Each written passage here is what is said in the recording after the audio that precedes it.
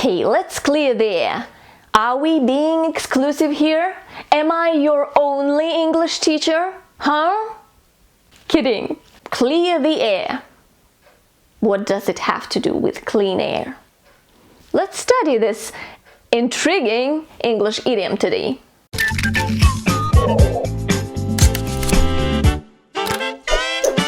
Hello my dear friends and welcome to English Mania. My name is Antonia Romaker and today I'll teach you another amazing English idiom, to clear the air. Do I need a cloth? A mop? A vacuum cleaner?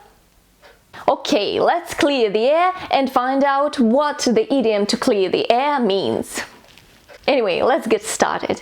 To clear the air means to discuss a problem or a difficult situation in order to make it better. So you talk things over and make it better.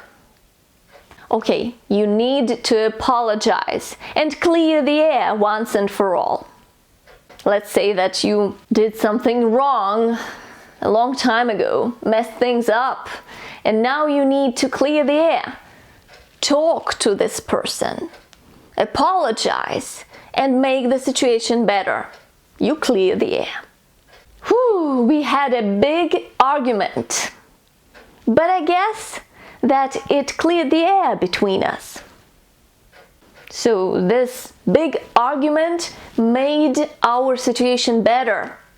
So we got rid of bad feelings between us. We had a big argument, but I guess it helped clear the air between us.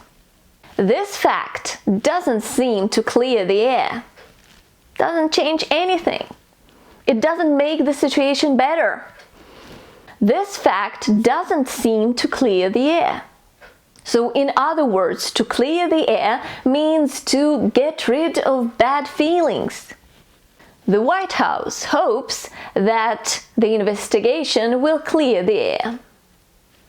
So this investigation will help to make the situation better, will resolve the problem.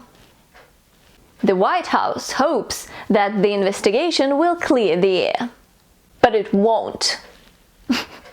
You can use this expression to make yourself understood. So you say it and then you explain yourself. You can say, "Let me clear the air," or "Let me clear the air," using the informal contraction "let me." Let's clear the air. It's time to clear the air. And then you discuss the situation in order to make it better. Just to clear the air, and then you continue your idea. Just to clear the air, I didn't mean to hurt your feelings. I'm sorry. I'm here to clear the air. And then once again, you elaborate. That's it for today. I hope that you enjoyed watching this class and you found it useful. If you did, do not forget to like the video. It will mean the world to me. So please click, like, share and subscribe if you want to continue studying English with me. And I hope to see you soon. Happy English and Russian practice. Bye!